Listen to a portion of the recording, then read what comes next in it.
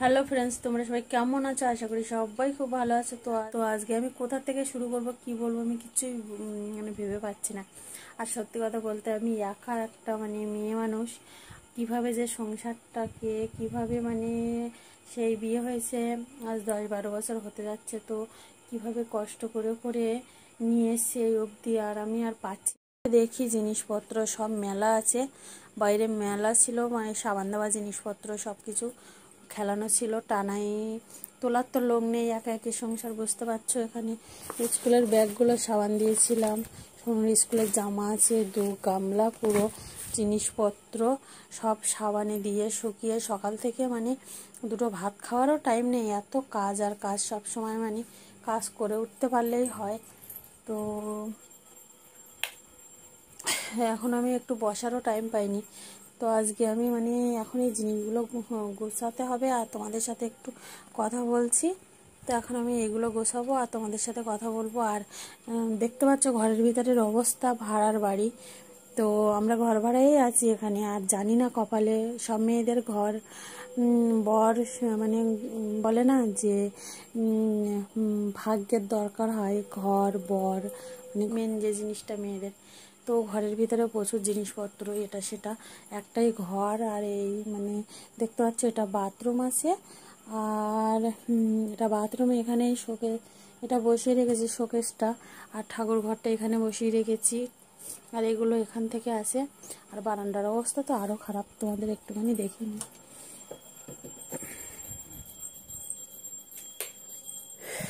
তো এখানে টিভি, এটা সেটা, রান্না করার জায়গা, দেখো অবস্থাটা কি, এখানে পুরো জ্যাম হয়ে আছে পুরো।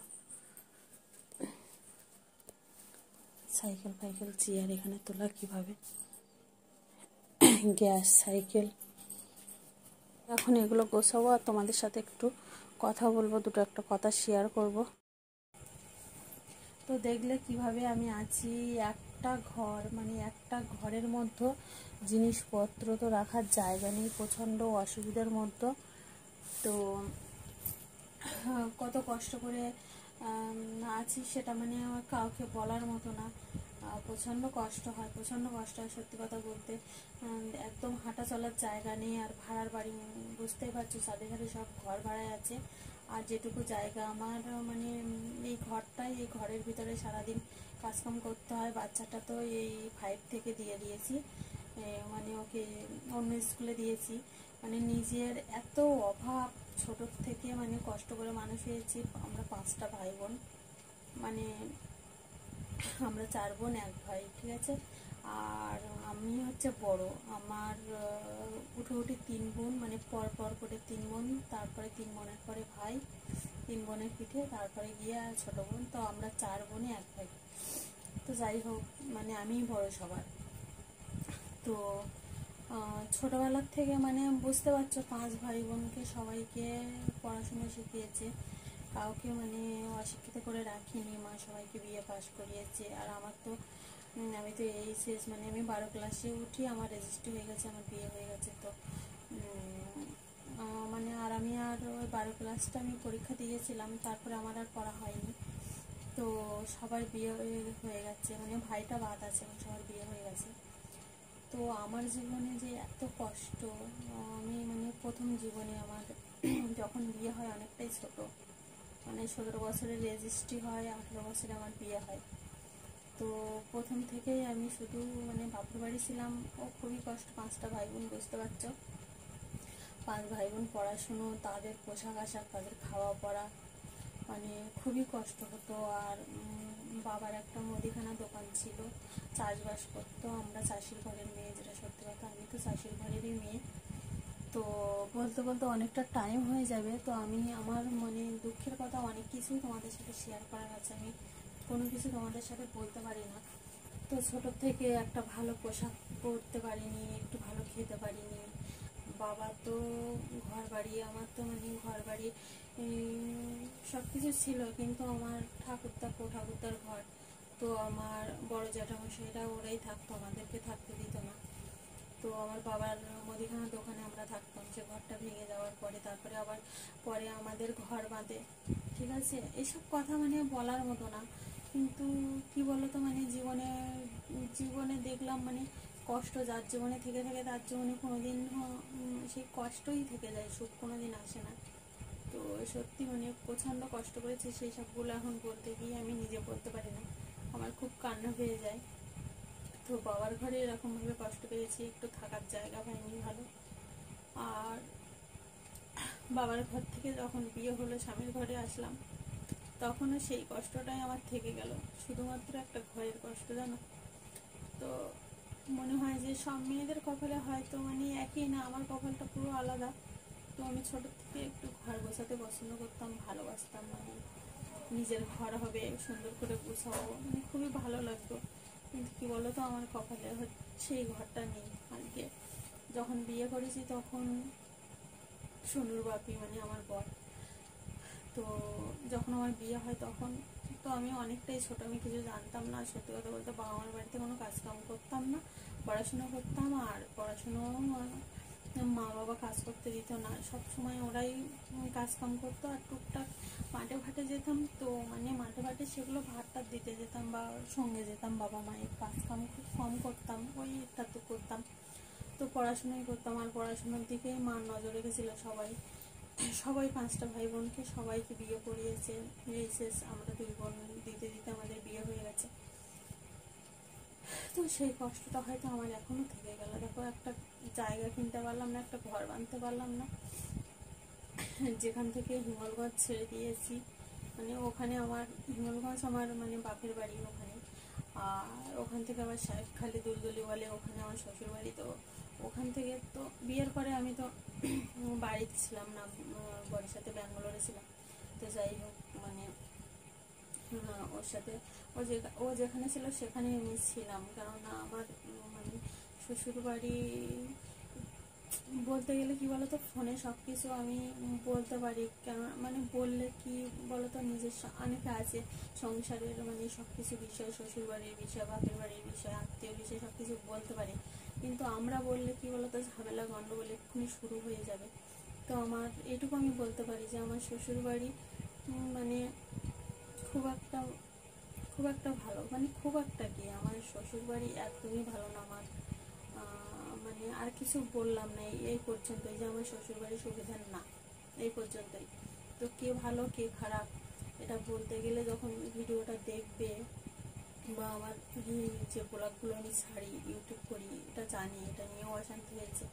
তো এই ভিডিওটা যখন দেখবে তখন বলবে যে তোর বউ হচ্ছে সোশ্যাল মিডিয়ায় এসে বা ইউটিউবে এসে আমাদের নামে এইসব বলেছে, মানে প্রচণ্ড ঝামেলা গন্ডগোল বেঁধে যাবে, বুঝতে পারছো। তো এই জন্য মানে সব কথা বলতে পারছি না, কিন্তু আমি এইটুকুই তোমাদেরকে বলছি যে আমার মতো মেয়ে হয়ে শুধু আমি সংসার করে যাচ্ছি, আর আমি শুধু টিকে আছি, না হলে অন্য মেয়ে হলে এতদিন হয়তো পারতো না। এইটুকুই আমি বলার, তার মানে বুঝতে পারছো, এইটুকুতেই তোমাদের বুঝে নিতে হবে।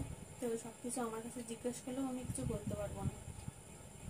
তো এখানে এসে সেই দেখো, ওর পিছন পিছন আমি 12 বছর ঘুরেছি। তারপরে আমার 2 বছর পরে, 1.5-2 বছরের মাথায়, মানে 1.5 বছরের মাথায় আমার শোনো হয়, 1.5 থেকে 2 বছর, যাই হোক অতটা আমার মনে নেই, তো 1.5-2 বছরের মধ্যেই হবে। তারপরে শোনো হওয়ার পরে মানে খুবই কষ্ট করেছি, এখানে এর বাড়িতে লাঠি, ওর বাড়িতে ঝাঁটা, ওর বাড়িতে মানে নিজের মানে বাপের বাড়ি আর কতদিন থাকা যায়, বাপের বাড়িতেও অশান্তি, বুঝতে পারছো। প্রথম ওরাই দেখে দিয়েছে, আবার ওরাই পরে মানে একটু অমত হয়েছিল, তার জন্য আমার মানে প্রচুর অশান্তি ভোগ করতে হয়েছে জীবনে। মানে আমি বুঝতে পারছি না, মানে এখন কথা বলার মুডে নেই। আমি এইসব কথাগুলো যদি তোমাদেরকে শেয়ার করি না, তো সত্যি মানে তোমরা আমার জায়গায় থাকলে তোমরাই হয়তো পাগল হয়ে যেতে, আমার মতো পরিস্থিতিতে তোমরা থাকলে তোমরাই পাগল হয়ে যেতে। তো যাই হোক, এখন দেখো, যখন সোনারপুরে আমি আসলাম আমার ছেলের বয়স তখন 2.5 বছর, মানে 2 বছর 6-7 মাস হবে। ওকে আমি টাকি ভর্তি করেছিলাম, ঠিক আছে, টাকি ভর্তি করেছিলাম ইংলিশ মিডিয়ামে। তো ওখানে পড়তে পড়তে তারপরে তো ব্যাঙ্গালোরে ছিল, অনেক টাকা পয়সা মার হয়ে গিয়েছিলো, সে সমস্ত নিয়েও অনেক ঝামেলা তোমাদের সাথে। মানে এত আমার মানে মনে এত পরিমাণে কথা জমে আছে, তো আমি বলতে গেলে তোমাদের সাথে হয়তো আমার 6 মাস কেটে যাবে কি 1 বছর লেগে যাবে। তো মানে অনেক কথা জমা আছে। তো ওর সাথে আমি ঘুরেছি, মানে ওর সাথে ও যেখানে যেখানে গেছে ওর সঙ্গে সঙ্গে ঘুরেছি, কষ্ট করেছি। কোনোদিন খাওয়া হয়েছে, আবার কোনোদিন খাওয়া হয়নি, ঠিক আছে। মানে কি বলতো, রাত্রি একটা বিছানায় রাত কাটাতে হয়েছে, না বালিশ না কোনো কিছুই, না বেডশিট, একটা জামা, একটা কি দুটো জামাই আমার মানে দিন কাটাতে হয়েছে। আমি প্রচণ্ড কষ্ট করেছি জীবনে। তো তারপরে মা বলে যে এইভাবে তো আমার বাবা একটু মানে কষ্ট, বাবা মা প্রচণ্ড কষ্ট পেয়ে তো আমাকে নিয়ে আসতে গিয়েছিলো, তো আমি আসিনি। তো যাই হোক, বিয়েটা হয়েছে অনেকটাই একটা মানে দেখাশোনার বিয়ে, আমার প্রথম প্রথম বিয়ে, ঠিক আছে। মানে প্রথম, আগে কোনোদিন দেখানোর জন্য বাবা মা কোনোদিন নিয়ে আসেনি কোনো ছেলেকে, বা কোনো প্রস্তাব নিয়ে আসেনি বাড়িতে। তো আমার প্রথম মানে সে আর এক ঘটনা, যখন আয়লা হয়, আয়লার পরে তখন আমার বাবা মানে খুবই একটা পরিস্থিতি খারাপ, আমাদেরকে খেতে দেওয়াটাই মানে মুশকিল হয়ে গিয়েছিল। তো পড়া আমাদেরকে বন্ধ করেনি, সত্যি কথা যেটা, পড়া বন্ধ করেনি, পড়া চালিয়ে রেখেছিল। তো সেখান থেকে ব্যাঙ্গালোরে গিয়ে সেখান থেকে মানে আমার বরের সাথে পরিচয় হয়। হওয়ার পরে সেখান থেকে হচ্ছে কি কথাবার্তা কি হয়েছিল জানি না, যাই হোক মানে সেখান থেকে আমাদের বিয়ের যোগাযোগটা হয়। আমি তো পড়াশোনা করতাম, আমি কিছু জানি না, সবসময় পড়াশুনো আর এই বাড়িতেই খাওয়া দাওয়া, একটু ঘোরা বন্ধু বান্ধবের সাথে, এই তাছাড়া আমি কিছুই ওসব জানতাম না। যাই হোক, বাবা ওখান থেকে পছন্দ করে নিয়ে আসলো। বাবা বললো যে ছেলে বিড়ি মদ গাঁজা খায় না, আমার পছন্দ হয়েছে। তো তাই জন্য তো মানে প্রথমে রাজি হয়েছিল, তারপরে গিয়ে শুনে যে বাড়ির লোক একটু মানে অন্য রকমের আছে, তো তাই জন্য আবার অবাধ হয়েছিল। তাই করে সংসারে তো অশান্তি লেগেই ছিল। তো খুব কষ্ট করে মানে খুবই একটা মানে সমস্যার মধ্যে দিয়ে আমার বিয়েটা হয়। তারপরে আমি যখন ওর সঙ্গে বেরিয়ে আসি, তখন তো আমার মানে আরও খারাপ পরিস্থিতি, আরও খারাপ, মানে একদমই খারাপ পরিস্থিতি। আজকে শুধু কি বলো তো, আমি তোমাদের সাথে একটু বলতে পারছি, আমার সোনু এখানে নেই, ঠিক আছে, টিউশন নিতে গেছে আমার আর আমি একা ঘরে এই জিনিসপত্র এখানে নিয়ে এখন মানে ভাঁজ করে সাবান দিয়েছিলাম, এসে দেখি টানায় সব পুরো মানে ঠান্ডা হয়ে গেছে জিনিসপত্র। এবারে এখানে তো আমি ঘর ভাড়ায় থাকি, আমরা তিনজনই, আর এখানে তো কেউ নেই আমার আশেপাশে, আর সবাই ভাড়াটিয়ারা যে যার মতো থাকে। তো এসেতে তাই নাকি করে জিনিসপত্রগুলো তুলে আজকে যে কি মনে হলো, মনের কথা মানে কিছু বলতে, তোমাদের সাথে শেয়ার করতে, যে মনটা হালকা হবে। তো তাই জন্য হয়তো কিছু কথা তোমাদের সাথে বলে ফেললাম। তো এই যাই এটা তো বলেছে, এই মানে ব্লগটা হয়তো দেখবে আমার বাড়ির লোক, না হয় আমার বর দেখবে, তো জানি না কি বলবে। তো যাই হোক, মানে প্রচণ্ড কষ্ট করেছি, আর প্রচণ্ড কষ্ট করে আজকে এখানে যখন আসি, একটা মানে বিছানা নিয়ে, শুধু একটা বিছানা ছিল, আর এসে একটা জনতা কিনি হাঁড়ি কড়া করে এই কিনি, আর এখানে এসে বাচ্চাটাকেও মাথাটা বালিয়ে দিতে পারতাম না, জামা কাপড়ে মানে জামা কাপড় ছিল, সেই জামা কাপড় এরকম করে করে বাচ্চাটার মাথায় এরকমভাবে দিয়ে দিতাম বালিশ করে, এরকম বালিশ করে ওর মাথায় দিয়ে দিতাম। তাহলে বুঝতে পারছো যে কতটা কষ্ট। তো সেখান থেকে আজকে এই পরিস্থিতিতে, তারপরে আমার মা বলে যে আমার মেয়েকে নিয়ে একদম বাইরে যাওয়া হবে না। বাইরে তো সত্যি কথা বলতে, যখন ব্যাঙ্গালোরে ছিলাম, দিল্লি নিয়ে গিয়েছিল, আরও অনেক জায়গায় নিয়ে গিয়েছিল। তো সেখানে বাইরের মানুষ মানে বাইরে না গেলে বোঝা যায় না, বাইরের মানুষ একদম সুবিধাজনক না, মানে খুব একটা মানে ভালো না, সবাই নিজের স্বার্থেই করে।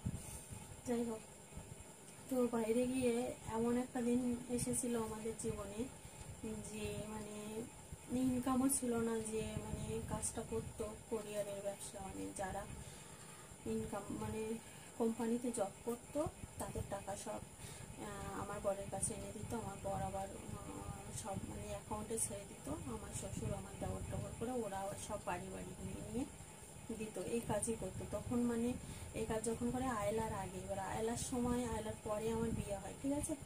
আয়লার সময় ও কীভাবে কী হয়েছে, ঋণদায়ী হয়ে গেছে আমি জানি না, কিন্তু সে দোষটাও আমাকে নিতে হয়েছে, মানে আমার ঘাড়ে এসে পড়েছে সে দোষটা। কিন্তু আমি সত্যি বলছি, আমি কিছুই জানি না কীভাবে কী হয়েছে, কত ইনকাম করেছে, কত কীভাবে মার পড়েছে, কিচ্ছু জানি না। না, আমি যখন রেজিস্টার হয়, আমি তখন শুনি যে ও এরকম মানে টাকা পয়সার হিসাব পাচ্ছে না, 20,000 টাকা 60,000 টাকার হিসাব পাচ্ছে না, কান্নাকাটি করছে। আমি তো দেখো সত্যি কথা বলতে অল্প বয়স ছিল আর পড়াশোনা করতাম, অতটা তো আমার মানে বুঝ শক্তিও হয়নি আর অতটা বুঝতাম না, ঠিক আছে। তো আমি অতটা বুঝতে পারিনি যে ব্যাপারটা কি, তারপরে মানে আস্তে আস্তে বুঝতে পারলাম যে এই ব্যাপার।